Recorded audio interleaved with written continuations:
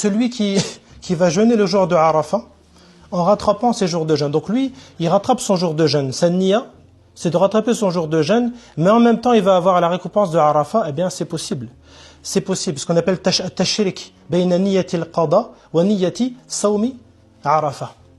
Ce qu'on appelle le fait d'associer deux intentions. Et c'est une chose qui est connue dans plein de choses.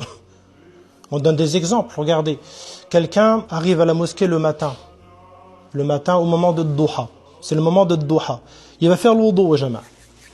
Bien sûr, il n'utilise pas trop d'eau. Il arrive dans la salle de prière, il peut avoir trois intentions.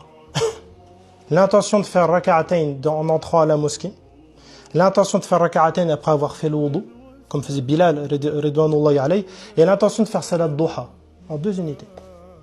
C'est pour ça que les ulama disent niyatu tijaratul ulama al-arifin.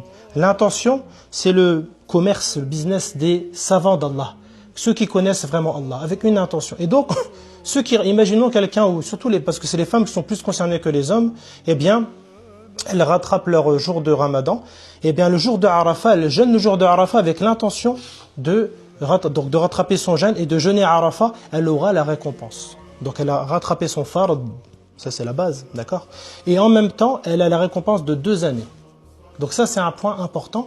Donc, bien sûr, pour celui qui est capable de le faire. Après, des gens ont des problèmes de santé, etc., etc. Là, on parle de ceux qui sont capables.